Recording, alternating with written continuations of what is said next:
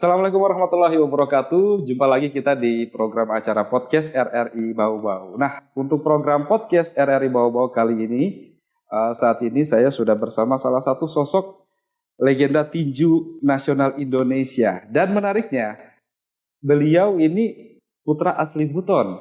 Nah, kita berkenalan langsung, kita akan cerita-cerita lah, diskusi-diskusi dengan beliau, seperti apa perjalanan karir beliau dari putra daerah bisa berlaga atau tampil bukan hanya tingkat nasional, tapi juga bahkan tingkat internasional dalam Olimpiade. Langsung saja ya, sudah bersama saya Bang Lapayene. Jadi Bang Lapayene ini saat ini lagi ada di Kota Bau-Bau, walaupun sebenarnya sekarang sudah tidak berdomisili di Bau-Bau ya Bang ya? Ya, sekarang Jakarta. sudah di Jakarta ya? Ya. Bahkan sudah berkeluarga. Sudah punya anak juga di Jakarta. Ya. Oke, baik. Bang Lapai ini menariknya karena pernah mewakili Indonesia di ajang SEA Games dan juga di Olimpiade, Bang ya. Betul. Ya. Baik.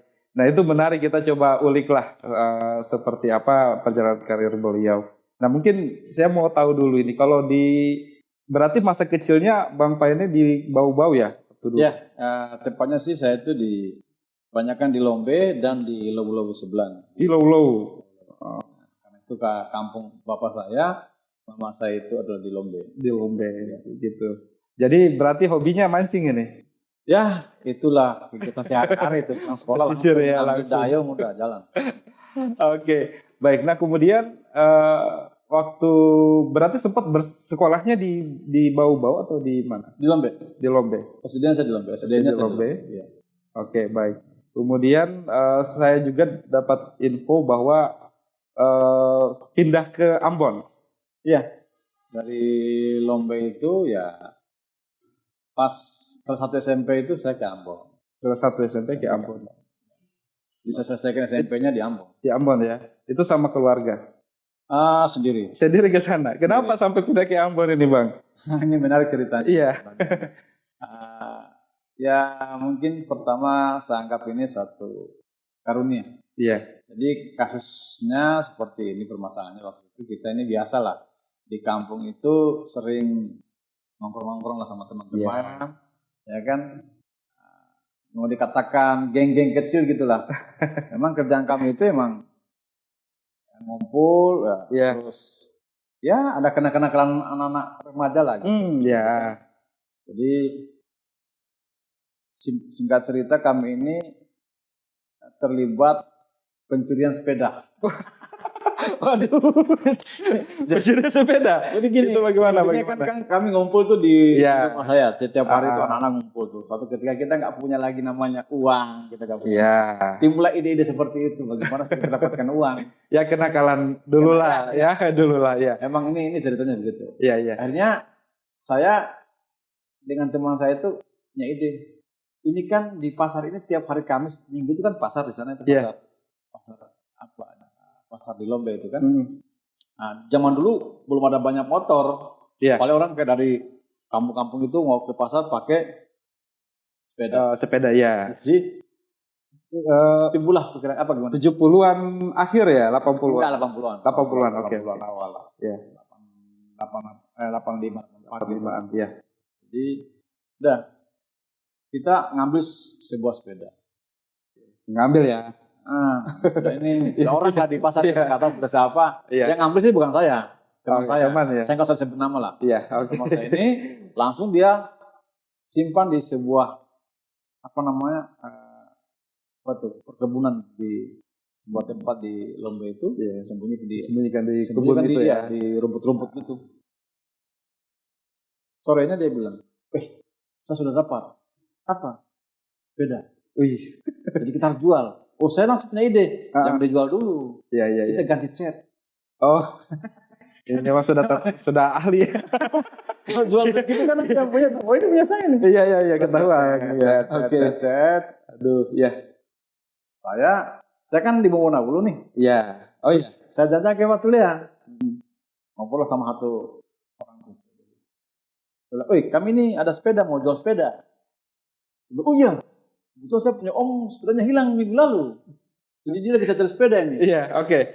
Coba bisa dilihat. Nah, saya bawa sepeda itu.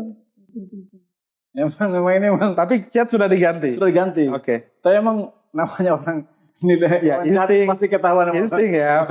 Jalan. Dia bilang gini, sebelum saya sampaikan ke om saya coba dulu boleh katanya. Oh silakan. Dia tes driver lagi. Nah, mutar.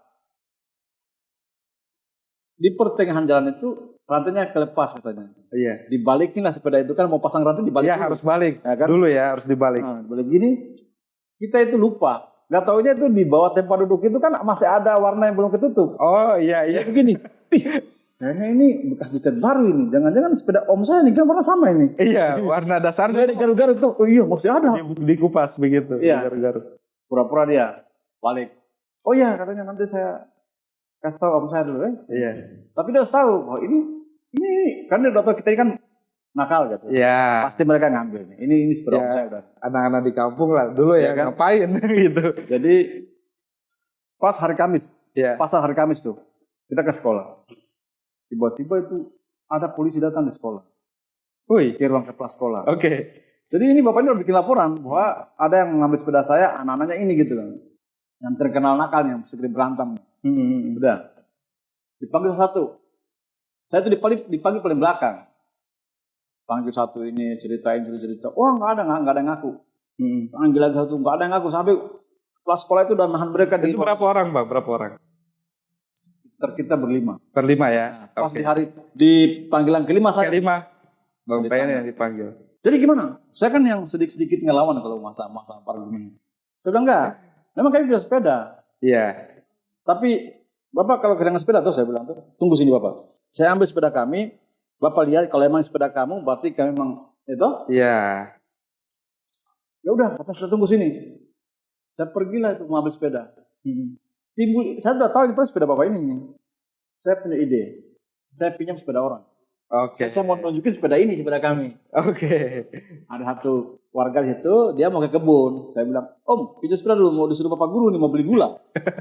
Oh iya, jangan lama-lama ya. Iya. Karena saya mau ke kebun nih katanya. Sama pakaian seragam. Saya bawa sepeda ke sekolah. Karena kan agak rame. Iya. Saya bilang, heboh sekolah lah, heboh ada polisi datang ini. Bapak, saya bilang, sepeda kami itu yang ini. Iya. Coba Bapak lihat, apakah sepeda Bapak? Beliau perhatiin. Ini Bapak nih sudah ngaku bahwa itu bukan. Iya, bukan beda yang berbeda. Sudah orang kita ambil, sudah lain. Cuma karena kelamaan, mungkin yang punya sepeda datang ke sekolah. Woi, kamu katanya punya sepeda saya lama sekali, bisa. Mulai curiga. Iya. Berarti kamu ini membohongi kami kata polisi. Jadi kamu punya lain. Ada benar. Mau kamu kita ngaku kok. Ambil sepeda itu kejadian yang saya ke Ambon. Akhirnya singkat cerita kami dikeluarkan dari sekolah. Berlima. Semua ya yang terlibat. Pokoknya terpecah dong ke sekolah ada yang kemana. Saya ke Ambon. Iya. Saya ke Ambon itu mulai saya berlatih tinju di situ. Jadi awalnya kalau bukan kejadian itu mungkin saya tidak gara-gara pencurian sepeda mungkin bukan jadi atlet legenda sekarang.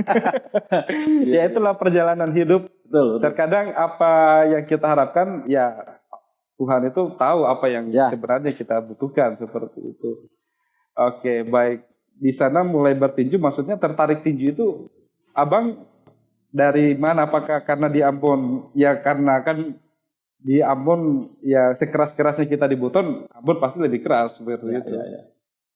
Untuk bakat saya di tinju itu sebenarnya atau hobi saya di tinju itu bukan dari kampung sudah ada. Iya, sudah. Bahkan sebelum kejadian ini memang saya ada secara manual saya latihan sendiri. Saya lari, saya pukul-pukul gitu ya. Bahkan saya gantung karung beras itu atau karung terigu dulu ya. Iya. Yang saya isi tanah campur ampas gergaji kayu gitu. Saya gantung di sebuah pohon di belakang kuburan di kampung saya itu. Dan saya mukul samsak di situ. Oh begitu. Tanpa ada pelatih karena pengen jadi petinju aja. Wow, seorang petinju kan pasti mukul samsak, pasti Ya pengusaha lah. Berarti sudah dari kecil ya, masih dari Buton Tengah, Lombe kemarin. Dari Lombe itu sudah begitu saya. Sudah seperti itu. Bahkan saya berlatih di kuburan itu orang mengatakan saya orang gila karena emang di kuburan itu di kawasan pemakaman itu ada gua kecil itu. Itu tempatnya ada satu orang gila tinggal situ. Dan semua orang takut sama itu orang. Tapi justru sama saya dia malah berteman. Oh begitu. Iya gitu. Oh iya. Jadi saya berlatih ngobrol sampai ngobrol dia. Orang-orang kalau lewat itu ini itu udah orang gila tuh berteman sama orang gila. Jadi saya berteman sama orang gila. Oh begitu. Biasa aja ngobrol sama saya. Ngobrol biasa. Dia kalau ngobrol biasa.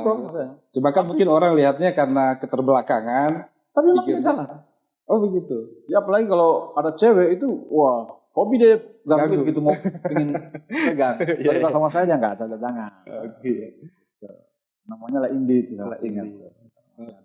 Iya. Sampai-sampai saya dijulukin itu lapanya sudah orang gila. Temannya sama ini. Orang gila bisa buat bangga Indonesia. Iya, itu dia. Orang gila bikin bangga Indonesia. Waduh. Oke. Nah, itu tahu tinju. Kalau berantem oke lah. Namanya juga remaja ya, darah masih panas. Tapi tahu olahraga tinju, tahu tentang cabang olahraga tinju itu dari kecil itu dari mana? Ya, awalnya sudah terinspirasi dari LS Pikal karena LS Pikal sempat top lah di Indonesia tuh, apalagi di kampung kita ini kalau dia mau main, bagaimana manusia berbondong-bondong untuk mau jadi nonton bareng. Iya nonton kan ngobat. Dan di kampung saya sendiri itu kan TV itu saya masih ingat cuma 2 biji, ya kan? Itu pun juga satu punya milik pemerintah dari dari penerangan kalau nggak salah.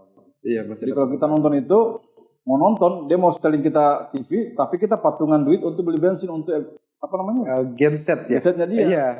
Bahkan mungkin jangankan TV listrik pun belum 24 jam pada saat itu. Nah, itu.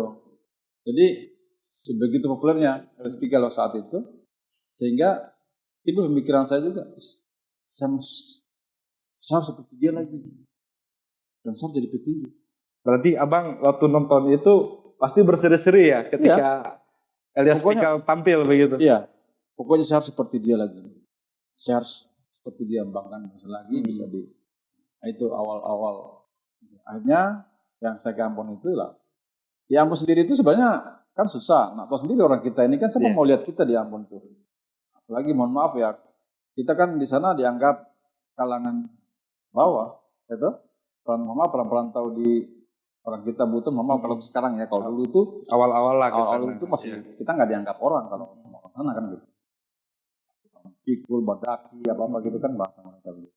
Nah, saya berlatih, misalnya pengen berlatih. Bahkan teman-teman saya di pasar bilang, siapa mau lihat kamu di sini? Kita ini kan udah kayak begini lah, semacam sudah kodratnya kita begini jadi tukang pikul, tukang bersih-bersih sampah itu aja dah. Iya. Tapi saya tidak mundur dengan kata-kata itu. Saya harus mencari sasana untuk bisa berlatih tinju. Karena saya ingin seperti LS Pikal. Mulailah saya duduk di sebuah tribun di Lapangan Merdeka di Ambon. Saya lihat orang lagi lari-lari itu, ada 3 orang. Tapi larinya sambil sedobok.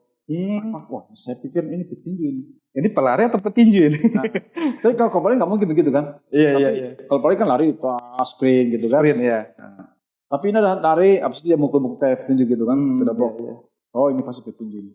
Saya dengan percaya diri, saya turun, saya kenalan dengan mereka, dan saya tanya, ternyata kamu apa tinju? Oh iya. Saya langsung minta bergabung, bolehkah saya minta bergabung? Oh iya silakan. Berangkatlah saya ke sana. Itu sejalannya. Awal masuk ke Sasana ya, akhirnya mulai fokus di situ. Mulai latihan situ diterima sama pelatih, latihan. Singkat cerita itu ya mau ada kejuaraan. 3 bulan kemudian mungkin ada kejuaraan daerah kejuaraan Maluku itu.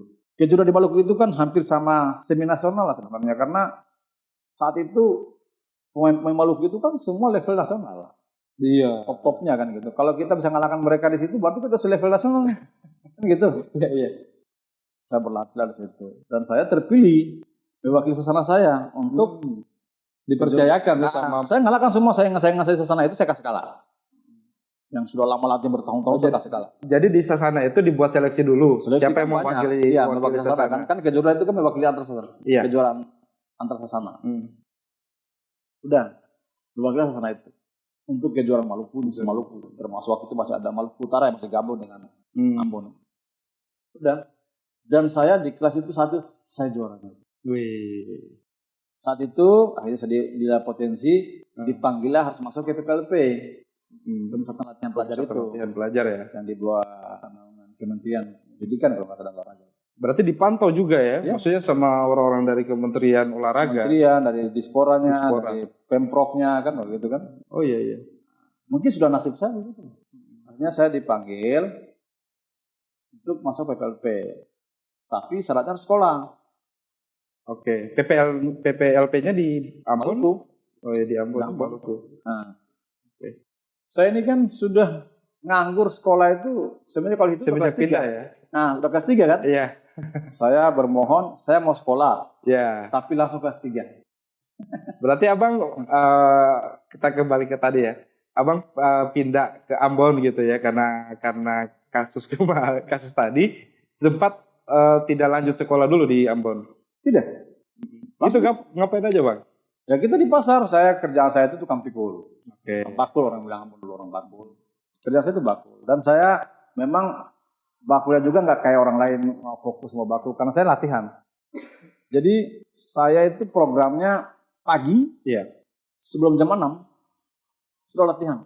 Mari pas mau terang-terang gitu, mau agak-agak terang itu saya berhenti. Saya mulai pasar lagi sebagai tukang pikul. Itu cari uang makan gitu. Siapa tahu dapat seperak 2 perak buat beli bubur makan. Terus saya start lagi karena sudah sama latihan. Jadi fokus saya bukan lagi 100% jadi tukang pikul, tapi saya mempunyai latihan. Ini saya tukang pikul ini hanya mau nyambung hidup lah. Untuk menyambung hidup aja. Cari makan aja gitu. Itu sih kerja setiap hari. Dan saya tinggalnya di pasarnya Ahmad, Pasar Mardika. Saya tinggal yang paling atas tuh. Paling atas itu kan 3 lantai itu ya. Iya. Bawah dagangan, lantai 2 banyak dagangan juga. Dan ketiga itu masih kurang orang berdagang kan, masih banyak meja-meja dagangan itu yang kosong. Nah, iya. Bos saya tidur tuh. Lapak-lapak kosong begitu lapak kosong itu bos saya tidur tuh. Berarti hidup di pasar itu? Pasar. Masuklah ke PPLP tadi. Iya, pasca saya juara di Maluku itu, Pemprov kan nanya, terusnya itu, kamu tinggal di mana? Ya. Saya tinggal di pasar gini. Oh, udah, daripada kamu tinggal di pasar, nggak ada yang bisa ini kamu tinggal di jaga gedung latihan nih. Gedung latihan 7 kan di Karangpanjang itu ada gedung latihan 7. Saya sambil berlatih tinggal di situ. Sampai saya masuk PPLP.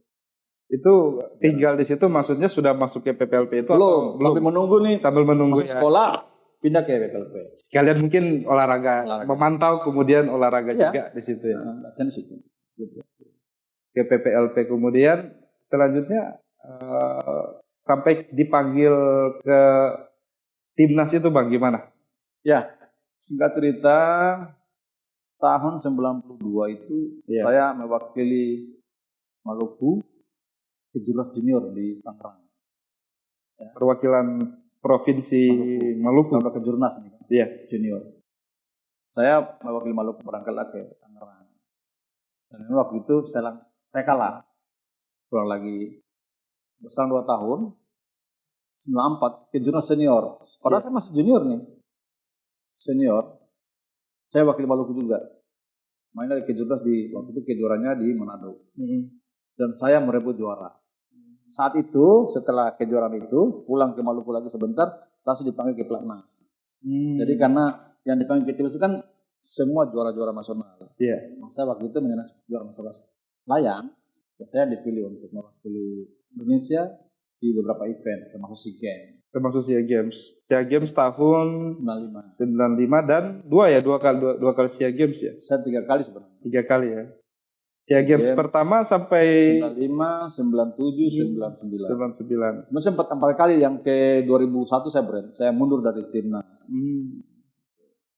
Oke. Di SEA Games prestasinya seperti apa Bang? Ya, saya 2 kali juara lah. 2 kali juara di SEA Games. 1997. 1997 juara SEA Games ya. Ya. Terus di kejuaraan Asia, Paralimpik, selalu saya juara. Bahkan abang ini sampai mewakili Indonesia ke Olimpiade. Jadi memang yang sampai sekarang sih seleksi untuk menuju ke Olimpik itu kan selalu kita harus ikuti kualifikasinya. Yaitu beberapa turnamen. Kebetulan di zaman saya itu per zona.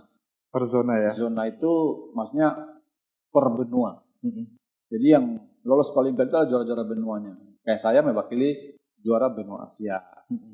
Ada di Australia itu di Asia Oceania gitu. Jadi yang main itu di Olimpiade itu memang rata-rata bukan rata, semuanya ada juara-juara benua. Jadi ada 5 lingkaran Olimpik itu menandakan 5 benua. Yeah. Nah, juara-juara benua inilah mainlah ke Olimpiade. Gitu. Jadi sesungguhnya saya main di Olimpiade itu selain mewakili Indonesia juga mewakili Asia. Benua Asia. Oh, waduh, luar biasa. Berarti sempat mengikuti seleksi tingkat Asia lah istilahnya seperti itu. Ya dengan juara SEA Games itu. Bukan. Asia sendiri dia. Harus ada SEA Games kompetisi itu kan sendirinya. Asia Tenggara. Kalau kita harus juara Asianya karena benuanya. Dan waktu itu kegiatan pasangan itu ada di Filipina dan saya alhamdulillah sebagai juaranya di kualifikasi itu, jadi saya berhak masuk. Itu lawan-lawan abang itu apa ya, mudah atau gimana bang? Waduh. Sampai bisa mewakili Asia ke Olimpiade, Indonesia dan Asia ke Olimpiade. Jadi sesungguhnya emang yang saya lawan ini kan semuanya memang sudah peringkat-peringkat. Jam terbang internasionalnya mungkin lebih ya bang ya. Di semifinal itu saya mengalahkan Cina. Itu notabene itu emang dia juga mantan juara juga. Terus di final saya ketemu India yang notabene dia itu juara bertahan Asia sebelumnya. Oh. Jadi memang ketemu saya di final dengan mereka dan saya mengalahkan mereka semua. Wih, pemain baru ini, pendatang baru itu. Jadi emang dari dulu saya itu bukannya takabur ya. Kalau saya mau main, saya tidak pernah hitung orang. Saya tidak pernah lihat itu siapa. Misalkan nih, dia itu seorang juara. Iya. Saya nggak tahu dia juara. Saya pikir dia itu bukan juara. Jadi kalau saya berpikir dia seorang juara, saya kan takut. Pasti was-was kan. Iya. Oh ini bahaya kita lawan ini. Nggak ada begitu. Saya tidak mau tahu dia. Bagi saya dia dan sering sama. Kalau kita di sini sebetulnya sama-sama makan nasi. Itu. Jadi itulah yang saya selalu tanamkan di diri saya itu berbakti. Iya. Yang penting kita persiapan bagus, ya kan? Lakukan semua pelatih, ya kan? Karena emang menjadi juara-juara itu tidak gampang sih. Butuh beberapa disiplin yang kita. Iya. Baik itu disiplin latihan, disiplin sehari-hari kita, ya kan? Karena kita ini kan kalau atlet itu tidak sama dengan warga biasa gitu. Iya. Kita penuh dengan aturan-aturan. Kita harus disiplin makan, disiplin istirahat itu kita laksanakan supaya menuju ke sana itu enggak ujuk-ujuk. Yang penting saya bermodal semangat ini enggak juga. Jadi persiapan yang matang, semuanya sudah oke, ya. Ditambah lagi mental kita jadi, saya yakin itu. Ya.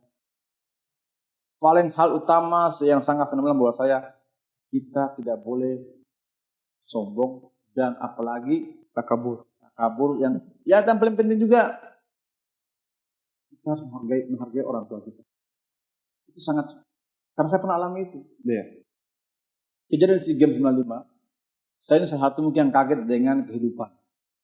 Dari mulai tinggal di pasar, masuk timnas, notabene kita tinggal di hotel, makan enak apa semua.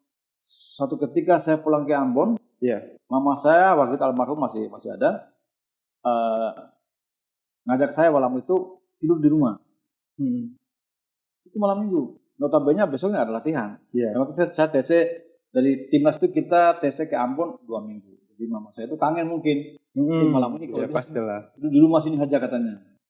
Ya, ini satu kesombongan yang saya lihat di diri saya waktu itu. Iya. Karena saya lihat rumah ini kotor, kumuh, ya kan. Saya alasan gini, Mak, waduh saya nggak tidur di sini, soalnya besok pagi saya masih ada kegiatan. Padahal itu bukan itu. Saya lihat dulu jelek, kumuh, ya kan, berpikir udah di hotel gitu. Sempat itu ya Bang ya, maksudnya karena sudah mendapatkan fasilitas yang lebih, ketika di kampung dengan fasilitas yang ya kumuh tadi Bang ya, sempat jadi, ada sombong lah. Saya nggak mau tuh. Terus udah mama saya bilang, udah kalau begitu ya udah apa-apa. Tapi saya pikir mama saya agak kecewa. Kenapa? Nah, itu sangat buruk. Waktu saya main di SEA Games, saya langsung kalah. Ronde-ronde pertandingan awal. Babak pertama langsung kalah. Padahal lawan saya itu, ya dua adalah sudah saya kasih kalah juga. Terus saya punya pelatih pulang dari situ, dia bilang, jangan-jangan kamu ada yang salah dengan diri kamu. Iya. Saya nggak ingat, mungkin kekecewaan orang tua. Akhirnya saya waktu mempersiapkan Juara Asia untuk Paralimpik itu, saya telepon mama saya. Mama saya minta maaf tentang itu sambil beliau keluar matanya, udah saya maafin. Di level Asia saya bisa juara. Bahkan kemarin kenapa di SEA Games aja level Asia Tenggara kok saya kalah?